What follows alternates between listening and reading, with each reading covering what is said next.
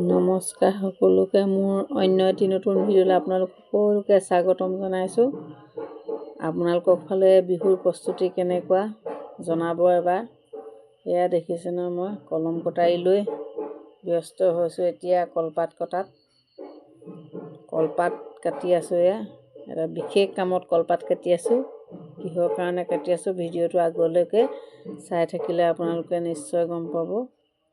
এয়া মই কলপাত কাটি লৈছোঁ, এখিলা কাটিছোঁ, এয়াই হ'ব, বৰ বিশেষ নালাগে। তাৰপিছতে এয়া দেখিলেনে কলপাতখিনি কাটি এয়া ভিতৰত আকৌ ভাত পাতি থৈছিলোঁ কেৰাহীত, এয়া চাবলৈ আহিলোঁ। হ'বই হ'ল আৰু ভাত। কেৰাহীত ভাত পাতি দিলোঁ, কাৰণ গেছত বনালে এই ভাতখিনি মানে সাজৰ ভাত বনাইছোঁ। এই ভাতখিনি গেছত বনালে যে জ্বলাব নোৱাৰিম, সেইবাবে জুইতে বনাইছোঁ। প্ৰায় 3.5 কেজিমান চাউলৰ বনাইছোঁ এয়া ভাত। এইখিনি এতিয়া মই ভাত জ্বলি যোৱালৈকে জুই লগাই থাকিম। ভাতখিনি তলফালে জ্বলিব লাগিব, জ্বলিলেহে সাজৰ কাৰণে বেছি ভাল হয়।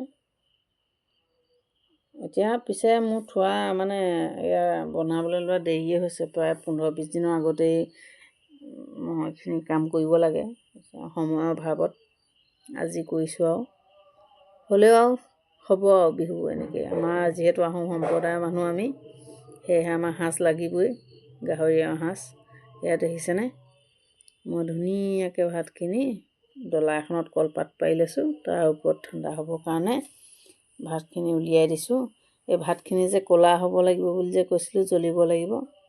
এই ভাতখিনি মানে ক'লা বৰণটো আহিলে সাজৰ বৰণটো হালধীয়া হয়, তেতিয়া দেখিবলৈ ভাল লাগে আৰু।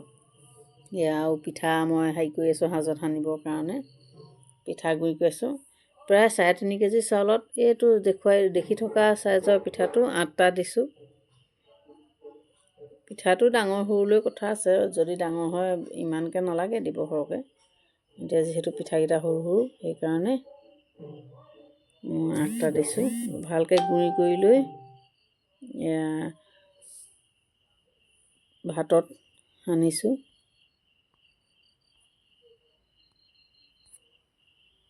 ভালদৰে সানকুৱাকৈ মই সানি থাকিম। যিবোৰ ভাতৰ লদা আছে এইবিলাক ভাঙি ভাঙি দিম। ধুনীয়াকৈ সানি থৈ ভাত কিন্তু 2খন ডলাত সানিছোঁ আকৌ দেই, ডলা 2খন হৈছে। যিহেতু ভাতকেইটা সৰহ, অলপ ঠাণ্ডা হ'ব লাগিব, সেইকাৰণে এয়া দেখিছে নহয়। এয়া গুড়ি আছে অলপ আৰু দিবলৈ, এয়া সানি লওঁ। এয়া ভালদৰে সানি হ'লে মানে আকৌ সেয়াও দিম।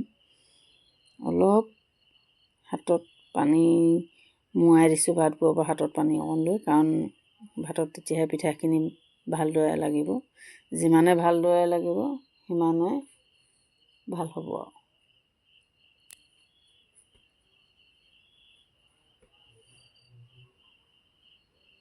তামোল ভাত খাই তামোল খাই আছোঁ। তেতিয়া তামোল খালে ভাল পাক হয় বুলি কয় আৰু, সেইকাৰণে তামোলটো খাই আছোঁ।